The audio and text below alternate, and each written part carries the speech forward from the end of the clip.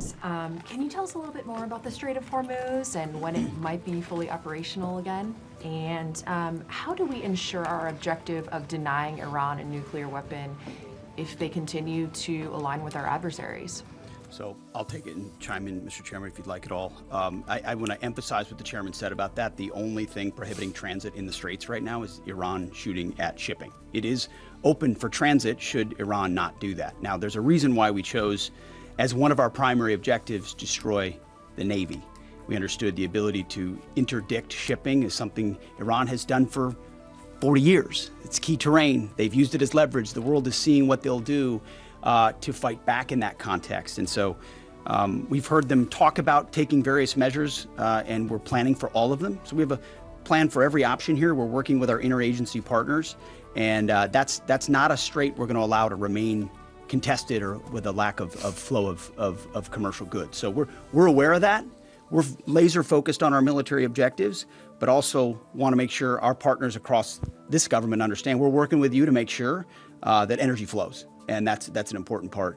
And the second question was on the nuclear capability. As we've said from the beginning, their strategy shifted just from defense of their nuclear facilities to a conventional umbrella of so many missiles that no one would challenge their ability to the opportunity to defeat their nuclear capabilities. And it was growing by the day. So with Iran at its weakest moment, going at that ballistic missile capability creates an opportunity to ensure at any point in time that Iran give up their nuclear capabilities, or if need be, you prevent them from doing it, as the president has done once already with Operation Midnight Hammer, obliterating those capabilities. So the conventional side is a huge part at getting at denying nuclear capabilities, if you have anything you want to add. I appreciate the question. I'm not going to comment on what we may or may not be thinking about any options that the Joint Force could be tasked to do in the future, whether it's on the nuke matter or anything else.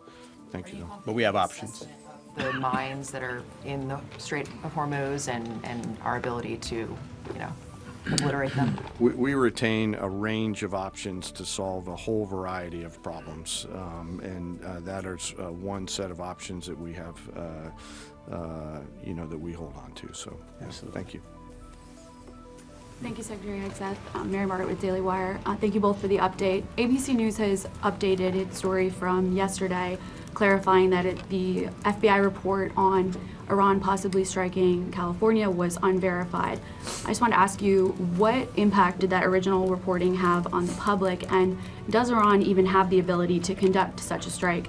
And then just really quickly on another note, what role did Vice President Vance play in counseling the president on this conflict? Can you speak to some of the media reporting suggesting that there is a division there? That reporting on California obviously had no impact on us. Also, we're used to bad reporting. We're used to ill-informed reporting. And so it doesn't change how we operate, but we engage with it to prove that it's not true, as CENTCOM has done so well. Ultimately, I look at the reports on a daily basis of our interagencies all over it. My partners across government are all over, looking for indications and warnings, keeping the American people safe. There's a lot of things Iran has said it can do for a long time, thankfully, including engaging their proxies and getting them involved in the fight, which they haven't been able to do. So we're watching that very closely. And as far as the vice president, he's an incredible member, leader of this team as well, alongside the president and the Secretary of State.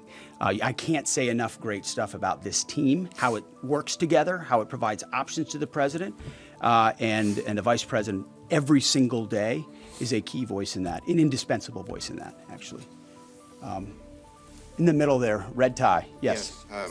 Michael Gordon, Wall Street Journal. Iran is thought to have 440 kilograms of highly enriched uranium in at least 2 locations and several thousand kilograms of lower purity material.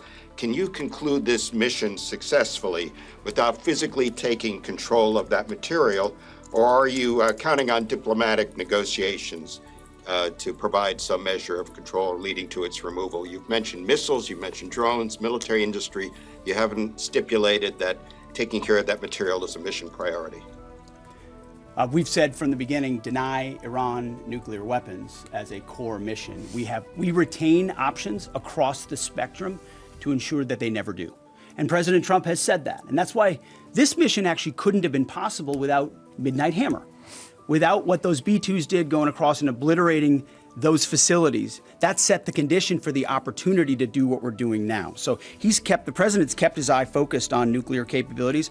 And I will say we have a range of options, up to and including Iran deciding that they will give those up, which of course we would welcome. They weren't willing to do in negotiations. I would never tell this group or the world what we're willing to do or how far we're willing to go, but we have options for sure. Right next to him. Me? No, right there. Right here, sir? Right here? Quarter I'll zip. take it for Quarter sure. zip right there. Yep. No, you. Yep. Okay, thank you, sir. Can you please provide some guidance? It's been 13 days in. Can you please provide some guidance, both of you, about the strike on the girls' school? There's been reporting that indicates that preliminary inquiry, even though it's ongoing, has determined that the airstrike was carried out by the United States. Given that there is another competing narrative that this was done intentionally, can you provide us with some guidance about whether this was the case? Secondly, we are also getting, we had heard yesterday from Energy Secretary Wright that said that the U.S. Navy would not be ready until the end of the month to provide escorts through the Strait of Hormuz. Is that an accurate assessment? And if so, can you tell us why? Thank you. Well, with an issue on your first topic, an issue of such seriousness, we're not going to let reporting lead us or force our hand into indicating what happened in a particular situation, because the truth matters. So I can report that CENTCOM has designated an investigating officer to complete a command investigation. The command investigation will take as long as necessary to address all the matters surrounding this incident. And the investigating officer is from outside CENTCOM and is a general officer. But I will note to this group and to the world, there's only one entity in this conflict between us and Iran that never targets civilians. Literally never targets civilians. I look at the process that's used on dynamic strikes or on boat strikes and others. We have a very high fidelity process in that case. So we don't target, Iran does. We will investigate, and we'll get to the truth, and we'll share it when we have it. Absolutely. And what was the second About the question? Strait of Hormuz, about the Navy, Secretary Wright. It's a tactically complex environment, and before I think we want to take anything through there at scale, we want to make sure that we do the work pursuant to our current military objectives to do that safely and smartly. So we're continuing to develop. And we do options. a lot of work. Yeah. And like I said, it is dynamic, but this is, I think, almost by 20% the largest day of strikes. And as I said, our intelligence just gets better and better. That feedback loop feeds itself. And as we refine those targets, it exponentially increases what we can hit and why, to include strategic things the world's talking about and looking at.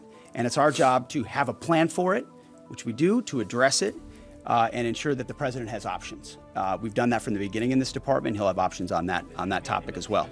Right here. United States, they thank carried you. out that strike, sir? An investigation is an investigation. That's what it is. It doesn't mean anything other than that. Yes. Ryan Morgan with the Epic Times. Regarding today's busy day of strikes, last week you guys discussed the progress of the air campaign to gain air superiority and to transition from these standoff weapons launched at range to more overhead strikes. Can you now say that these strikes today are going to rely entirely on stand-in over-the-top weapons, or are standoff range weapons still in play? It's a great question. I can say, based on the report I read this morning at 0600, only 1% of the munitions we're using today are standoff munitions. The rest are over-the-top, the types of which we have a plethora, which was our goal from the beginning. You use standoff, which are more exquisite. You transition to a much larger magazine depth, ensuring that you're preserving all the capabilities you have and your options across the force. Absolutely. Has Iran placed any mines Right since here, the war Lisa. started? Is Iran placing new mines? We've heard them talk about it, just like you've reported recklessly and wildly about it. But we have no clear evidence. We have no clear evidence of that. Thank you, Right sir. here. Mr. Secretary, given everything the U.S. have accomplished in the last 24 hours, as of today, how do you define success in this military option? And has that definition changed from day one? And also regarding Iran government telling countries hosting U.S. American bases that they could face attacks, what is the Pentagon doing about that? First question is, what is the Objective? How do you define success as of today? Yeah, I mean, we define success, again, 12 days in, 13 days in, by reaching the military objectives that we've laid out. Launchers, missile launchers, defense industrial base, their Navy, the ability to project power in the naval sense, leading toward denying them to get a nuclear weapon. And we've got internal metrics that look at that we represent to the president, who then can decide how long he'd like to continue in pursuit of those military objectives. So that hasn't changed. There's a lot of things a lot of people talk about, what they want us to do or what we should do or what we should stay focused on. And again, I've addressed this before, and I think it's worth saying again, mission creep, or expansive missions, or prolonged timelines, or democracy building, or nation building, you name it, has not been part of what President Trump wants us to be involved in. We're solving for something here, this particular mission set, but also recognizing this country's conditioned to previous leaders, whether it's George W. Bush or Barack Obama or Joe Biden, who had these expansive, nebulous mission sets that kept changing all the time. So the timeline kept moving, and we kept pouring more troops in and on the ground. And then pretty soon everyone wonders, like I did in Afghanistan in 2012, what's our mission here? I'm not clear what it is. We're taking the opposite approach here and saying we've defined these objectives, we're pursuing those objectives. The president has his hand on the throttle and will decide ultimately when they've been reached that serve the purposes of the United States of America, American interests first. And regarding the threats of countries, Yeah, right here. Thank you, Secretary Hegseth. Polls show over 80% of Republicans support the president's military action in Iran, but there's some consternation in parts of the party, particularly from your fellow Fox News alum, Tucker Carlson. He called the war disgusting and evil, and then said of unconditional surrender, which the president has called for, means foreign troops get to rape your wives and daughters.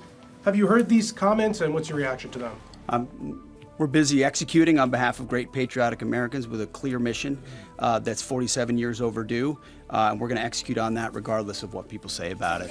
Yeah, right here. Mr. Secretary, you have said that the U.S. military has essentially aerial superiority, naval superiority over Iran, yet we're not escorting ships through the Strait of Hormuz. Why? How did you not plan for this?